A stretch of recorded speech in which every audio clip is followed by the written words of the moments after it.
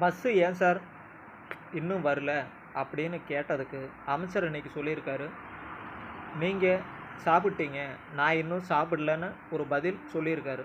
ஏன் சார், இது என்ன பதில்? அவர் கேட்டதுக்கும் நீங்கள் சொன்னதுக்கும் என்ன சார் சம்மந்தம்? ஓட்டு கேட்கும்போது இது மாதிரி எனக்கு பசிக்குது, நான் போகிறேன், நீங்கள் எனக்கு ஓட்டு போட்டாலும் சரி போடாட்டியும் சரி எனக்கு கவலை இல்லை அப்படின்ட்டு போயிருக்கீங்களா? அப்போ மட்டும் பசி எடுக்குது, தண்ணி தாகம், எதுவுமே தெரியாமல் மக்கள்கிட்ட வந்து ஓட்டு கேட்குறது, நான் வந்தால் நல்லது செஞ்சுருவேன், நாட்டை மாற்றிடுவேன் அப்படிங்கிறது.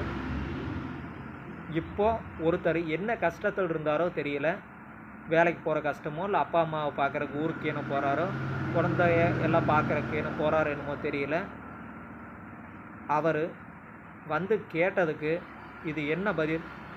நீங்கள் சாப்பிட்டீங்க, நான் என்ன சாப்பிடலைன்னு சொல்கிறது என்ன சார் பதில்? இது ரொம்ப தப்பு சார். மக்கள் எல்லாம் இதை பார்த்துட்டு தான் இருக்காங்க. இது மாதிரி பதில் சொல்கிறது ரொம்ப தப்பு. மக்கள் உங்களை ஜெயிக்க வச்சது இந்த மாதிரி பதில் சொல்கிறதுக்கு தானே உங்களை ஜெயிக்க வச்சது. மக்களுக்கு என்ன சார் சொல்ல போகிறீங்க? இது மாதிரியே தான் இருக்க போதா? 5 வருஷம் மக்களுக்கு நல்லது செய்வீங்களா, இல்லை இதே பதில் தான் எல்லா திட்டத்துலேயும் இருக்க போதா? மக்களுக்கே சந்தேகம் வருது, நீங்கள் நல்லது செய்வீங்களான்னு. இது மாதிரி பதில் சொன்னால் எந்த மக்கள் சார் நம்புவாங்க? மக்களுக்கு கொஞ்சமாவது நல்லது செய்யுங்க சார். அப்போ தான் ஓட்டு போட்ட மக்களுக்கு நீங்கள் செய்கிற நன்றி கடன்.